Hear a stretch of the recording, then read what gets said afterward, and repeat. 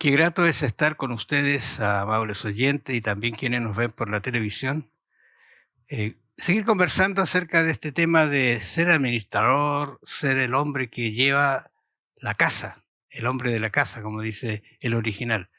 Es un privilegio en realidad, pero porque el dueño es Dios. Hay una advertencia que Jesús hizo mientras estuvo aquí en la tierra.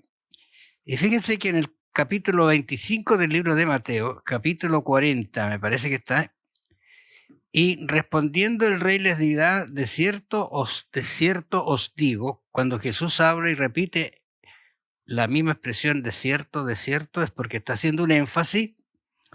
Dice, en cuanto lo hiciste a uno de estos mis hermanos más pequeños, a mí lo hiciste. ¿De qué está hablando Cristo cuando habló de los hermanos pequeños?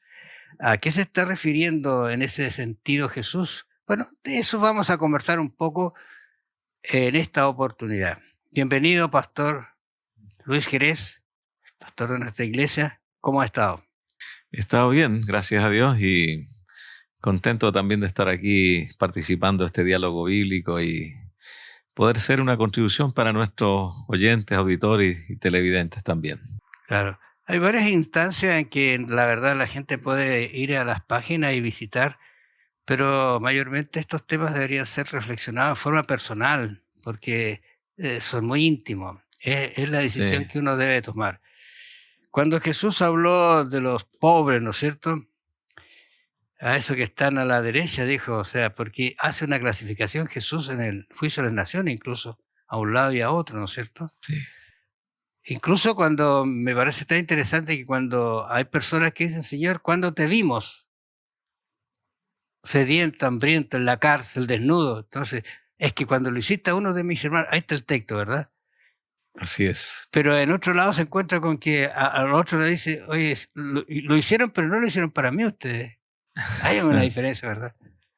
Bueno, efectivamente llama la atención este pasaje bíblico, porque para Dios es muy importante en el juicio de las naciones que mencionabas aquí en San Mateo 25, es muy importante la generosidad con el prójimo, con los demás, los necesitados, aquellos que necesitan un auxilio, un favor, aquellos que no pueden valerse por sí mismos. Y el nombre que la Biblia les da, y no solamente en este capítulo, son los hermanos más pequeños, los más débiles, los más desposeídos, los que están desprovistos de poder valerse por sí mismos.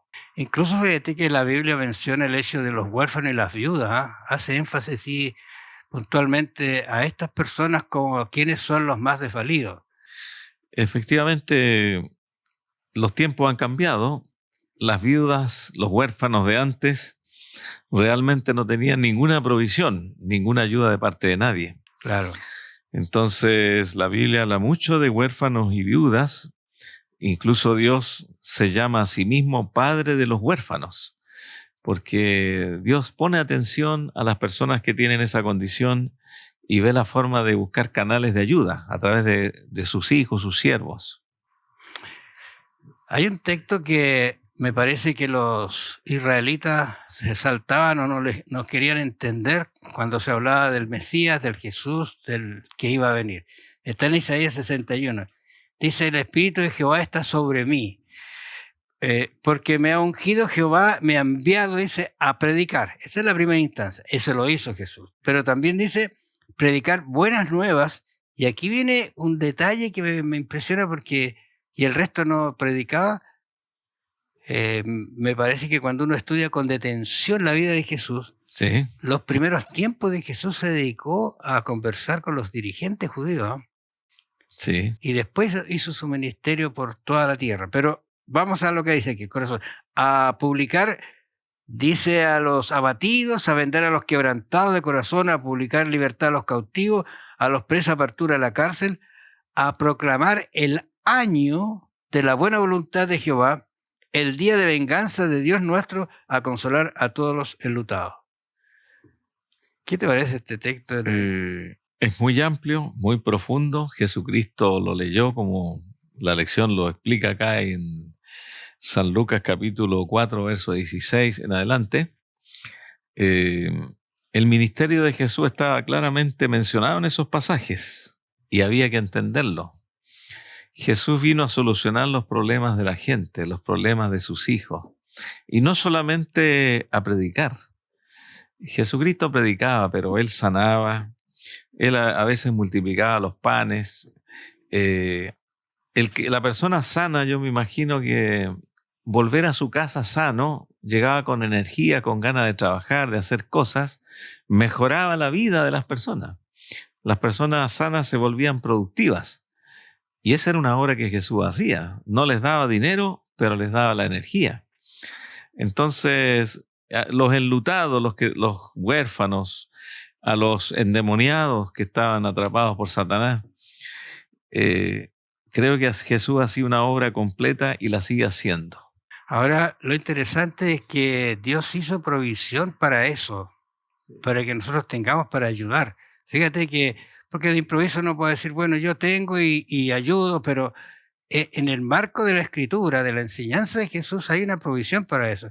Incluso ahí en Levítico dice, cuando segares la mies de vuestra tierra, no segaréis, dice, hasta el último rincón de ella. Mira, los detalles que hay aquí, provisión para ayudar al necesitado. Sí. Ni espigarás tu siega, para el pobre y el extranjero lo dejarás, yo Jehová vuestro Dios. Sí, da la impresión que después del pecado, el mundo después del diluvio inclusive, existió la esclavitud, existió el abuso, la violencia, y hubieron personas y razas inclusive de la tierra que se transformaron en razas indigentes. Personas que vivían de manera muy primitiva, digamos. Y eso es producto de la degeneración de la tierra, y eso llega no solamente a un país, pueden haber muchos países muy civilizados, con mucha gente inteligente, pero pasa esto. Personas sufren algún shock y son necesitados. Pero Dios hizo la provisión para decirle a los israelitas que estaban bien, bendecidos por Dios, que se preocuparan por aquellos desposeídos, y lo reitera muchas veces. Ahora lo interesante de todo esto es que esa provisión, yo estoy recordando el caso de Ruth. ¿Tú recuerdas cuando volvió Noemí Sí. amargada porque había perdido todo prácticamente? Y llegó viuda a un lugar donde, claro, estaba su casa, pero era viuda, no tenía el hombre que pudiera quedar con la tierra. Y cuando Ruth fue a los campos, ¿qué es lo que hacía? Se iba detrás de los segadores, y estos siempre dejaban algo, estaban cumpliendo lo que Dios decía. Sí, sobre todo vos. Pero vos, el Redentor, cuando vio la situación, dijo que dejaran un poquito más. Yo no sé cuánto era eso, pero algo era, porque se llevaban las gavillas, ¿no es cierto? A lo mejor, no sé qué hacían, iban a su casa con bastante, digamos, alimento. Bueno, Noemí calculó su viaje de Moab a la tierra de Israel en el tiempo de la siega. Ella preparó su viaje, lo pensó bien y dijo, allí podemos obtener algo para poder sobrevivir. Y estaba acertada su planificación de volver en ese tiempo. Y precisamente lo que hacían los israelitas con las uvas, lo que hacían con el trigo, la cebada, con los frutos de la tierra, ahora nosotros tenemos que hacerlo de otra manera. Esto significa que tenemos que tener una provisión, algo para poder ayudar, y siempre hay pedidos de ayuda. Increíblemente, hoy en día es así. Exactamente, yo creo que uno debe planificarlo. De eso vamos a conversar un poquito, porque la Biblia tiene para todas estas instancias maravillosas ver cómo nosotros podemos también, si no cegamos, pero hay algo que Dios nos ha dado y de eso deberíamos compartir con aquel que tiene necesidad.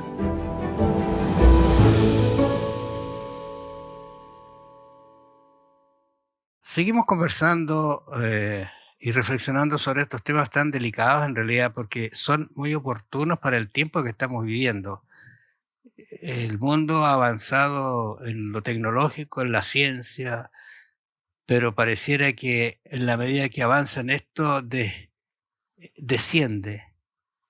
Y no voy a hablar de moralidad porque eso ya es reconocido, pero también en pobreza. Hay muchos lugares muy pobres que se ayuda y se beneficia. Pero cuando uno mira la vida de Jesús estuvo dedicada al servir al necesitado. Así se me viene a la mente cuando venía entrando Jesús, ¿no es cierto? Y vio una viuda que venía con su hijo, su único, dice. Vuelve esta idea, su único hijo. Y él vio esa necesidad y se detuvo y la ayudó. Uh-huh. ¿Qué te parece todos estos incidentes en relación a lo que significa el ministerio de Jesús? Bueno, en los tiempos de Jesús, los catalogados como pobres o indigentes o enfermos, en ese tiempo eran considerados como maldecidos por Dios. Ese era el concepto popular de la religión judía, que eran personas que estaban bajo el castigo de Dios.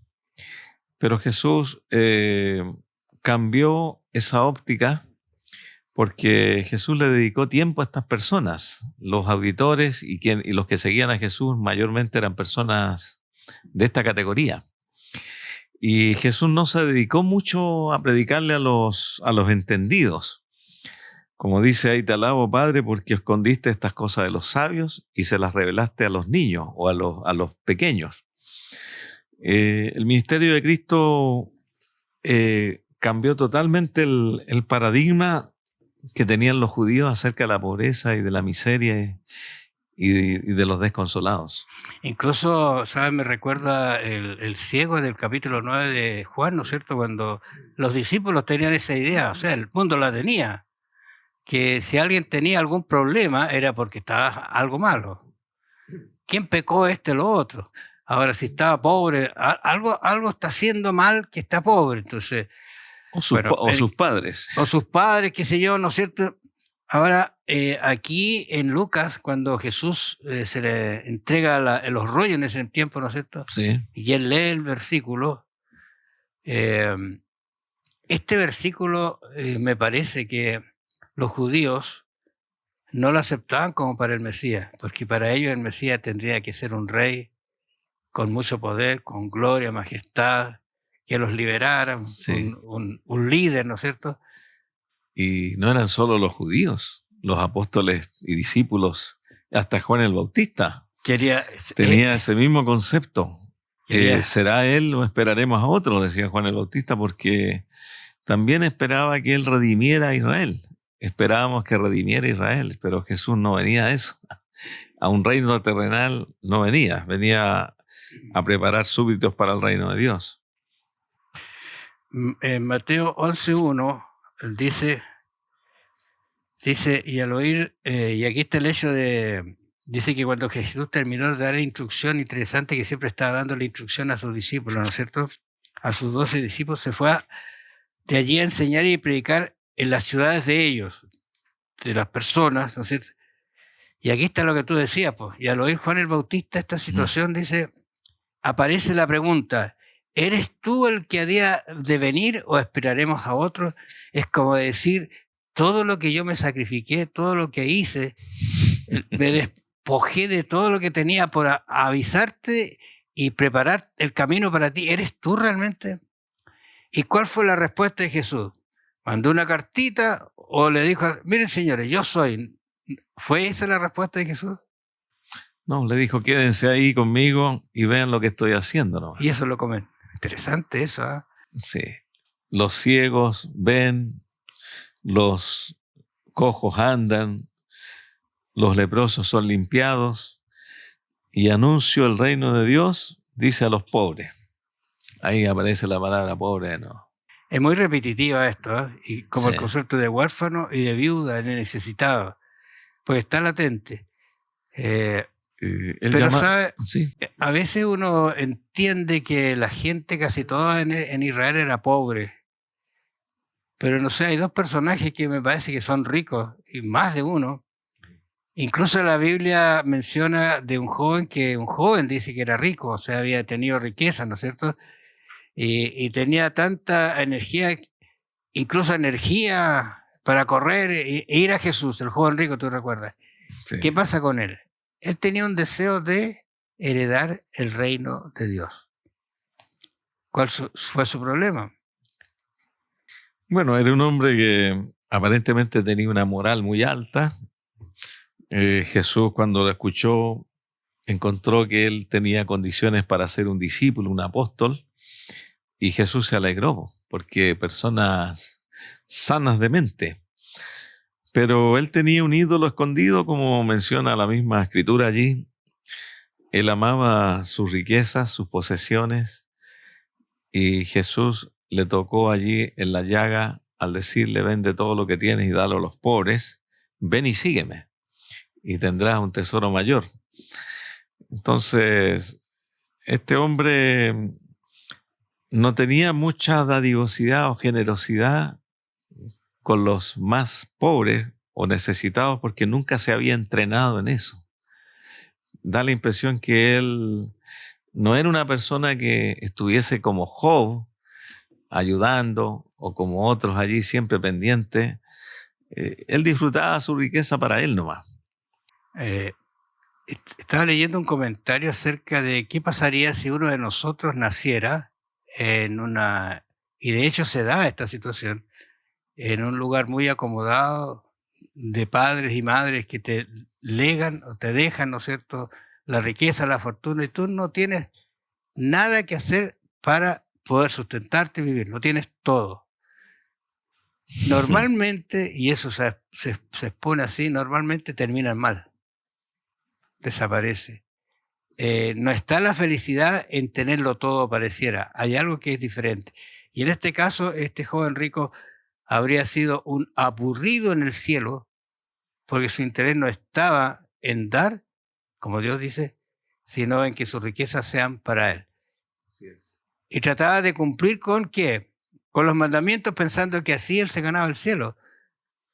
Bueno, esta manera de pensar está muy arraigada hoy en día, porque son pocas las personas que tienen en su corazón la compasión por los necesitados. Creo que esta lección es un llamado para todos nosotros, saber de que tenemos que abrir más la mano, como dice la Escritura: abre la mano al pobre, al necesitado, dice allí Deuteronomio. Y este joven rico, sin duda, no tenía ese entrenamiento para hacer esto. Jesús advirtió, dice que, porque el que quiere salvar su vida, la perderá, y el que pierda su vida por causa de mí y el Evangelio, la salvará. La condición, sí. Lo que está sucediendo, ¿no es cierto?, quizás en la vida de algunos de nosotros, tratando de conseguir ser buenos, cuando en realidad no podemos. Es Dios el que nos da el verdadero camino, la verdadera conducción, y que es lamentable porque a pesar de todo, entendemos que ese joven rico no se va a salvar. Desechó la gran oportunidad que Dios le dio: te falta esto, y no la aceptó.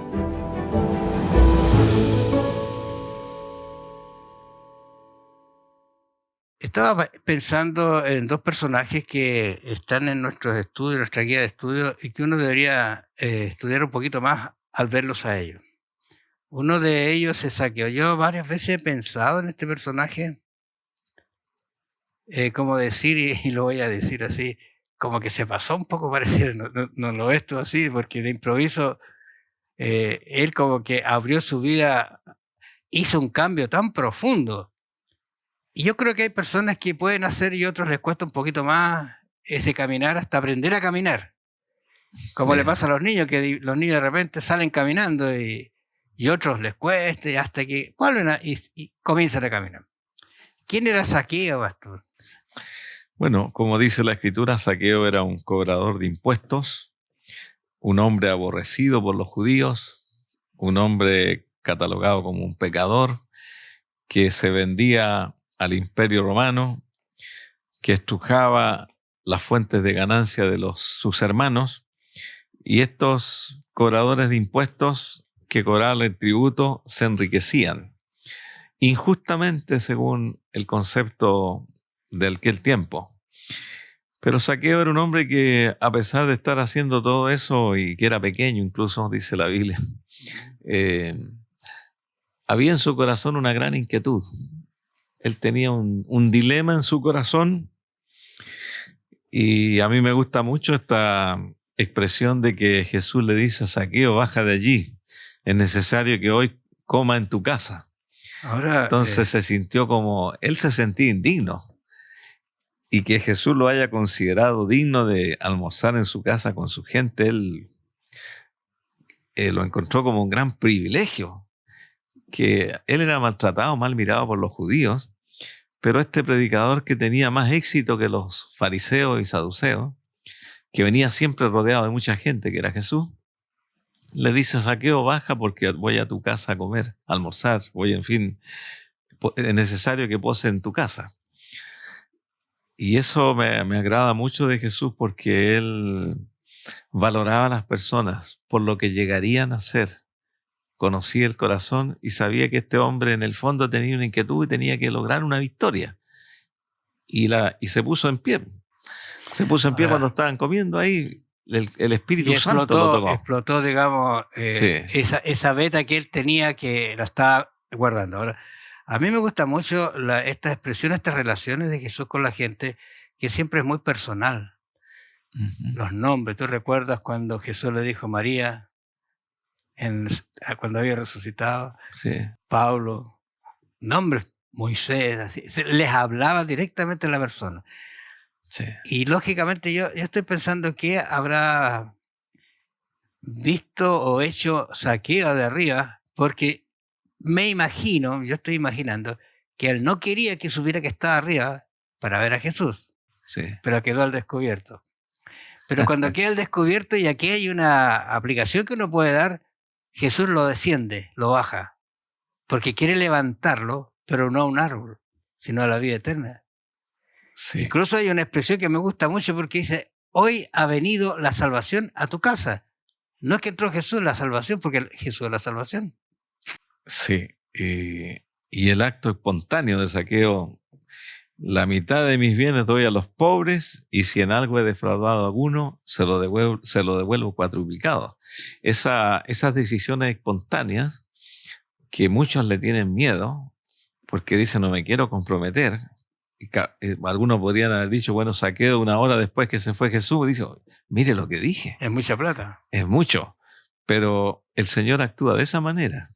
Le hizo el llamado, estaba preparado el corazón, y él sin duda que cumplió con lo que prometió en ese momento.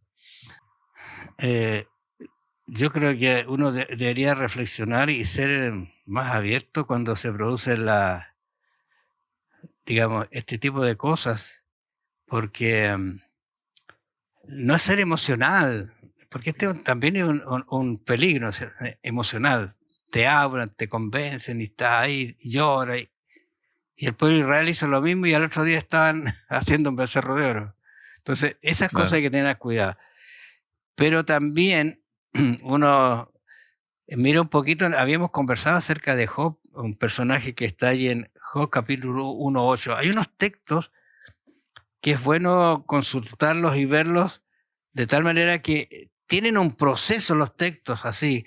Porque mire, 1:8, por ejemplo, él dice: y Jehová dijo a Satanás. Esta conversación media extraña que aparece en el relato, ¿no es cierto? Pero nos está contando algunas verdades. ¿No has considerado a mi siervo? Dice, luego viene el nombre, fíjate. Job. Claro, no has considerado a mi siervo Job. Y esto es repetitivo, que no hay otro como él en la tierra. Oye, que lo está diciendo Dios, ¿eh? Varón perfecto, recto, temeroso de Dios y apartado del mal. ¿Qué te parecen las características de Job? Aquí está entrando en un problema recién, sí, en el problema voy a decir así. Claro, la verdad es que es muy grande, muy alto para cualquiera de nosotros que Dios tenga esa opinión de nosotros, porque este concepto del carácter que Dios tenía, del carácter de Job ante Dios, es un ideal, un crecimiento espiritual tremendo. Si uno analiza el libro de Job, se da cuenta por qué Dios dijo eso. Porque Job lo fue demostrando capítulo a capítulo, pero una de las cosas importantes es que Job siempre se preocupaba por los dolientes, por los pobres, y su hacienda eran grandes contribuciones para ayudar a la gente. Claro. Entonces, él andaba pendiente de la viuda, el necesitado, lo que faltaba, y le iba bien. Su prosperidad era mucha. Las viudas necesitaban su familia, a sus hijos. Recuerda que oraba por ellos. Fíjate que el relato sigue y cuando va uno al capítulo 2, versículo 8, se vuelve a repetir la misma instancia, lo mismo de Dios. Pero ya está en el proceso del desamparo, voy a decir así, de Job. Sí. Pero vuelve otra vez a ver, ¿no has considerado a mi siervo Job? Le dice a Satanás, que ha sido apartado, ¿no es cierto?, que es recto, aun cuando tú le incitaste contra él para que lo arruinara sin causa. O sea, Satanás intervino aquí, Dios le permitió, y dejó muy mal parado a Job. Pero aún así Dios lo cataloga porque él mantuvo, ¿no es cierto?, su integridad. Integridad cuando era rico y cuando era pobre, y no solamente pobre, sino desprovisto de su familia. Bueno, aquí hay una lección importante. Job era un hombre muy próspero, excesivamente bendecido, podemos decirlo de esa manera. Aprendió a ser fiel a Dios en la prosperidad. No se olvidó nunca de Dios y siempre sabía que su prosperidad y sus bienes no solamente eran para el beneficio suyo y de su familia, sino para ayudar a las personas. Él tenía un propósito y sabía que Dios lo bendecía para eso. Entonces, este es un llamado para las personas que Dios prospera, porque Dios también bendice y en este tiempo también prospera a jóvenes que están recién trabajando como profesionales y van progresando, tienen talento. Y a medida que van teniendo talento, ellos se van centrando mucho, se centran en sí mismos.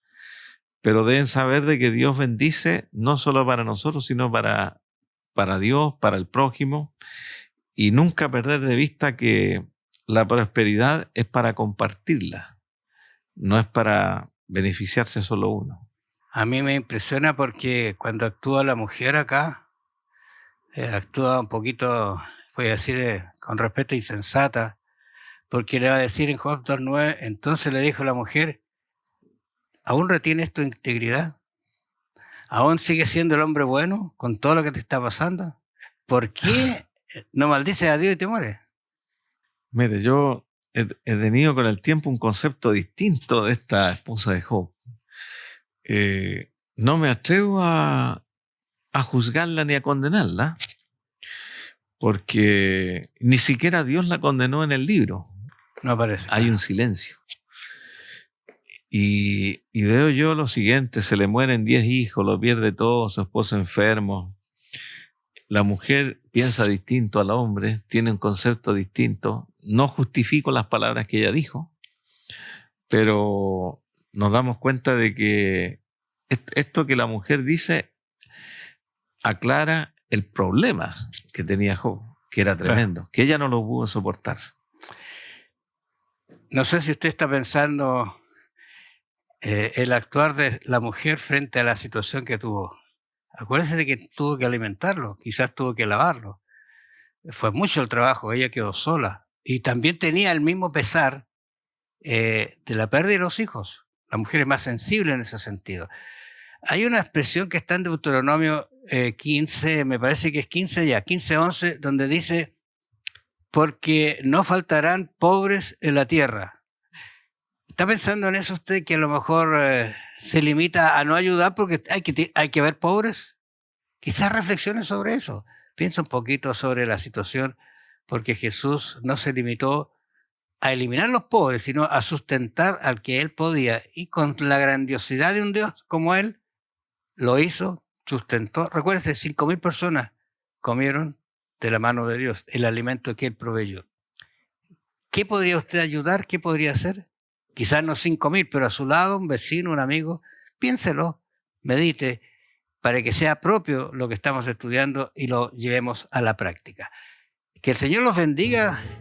Nos vamos a encontrar la próxima semana.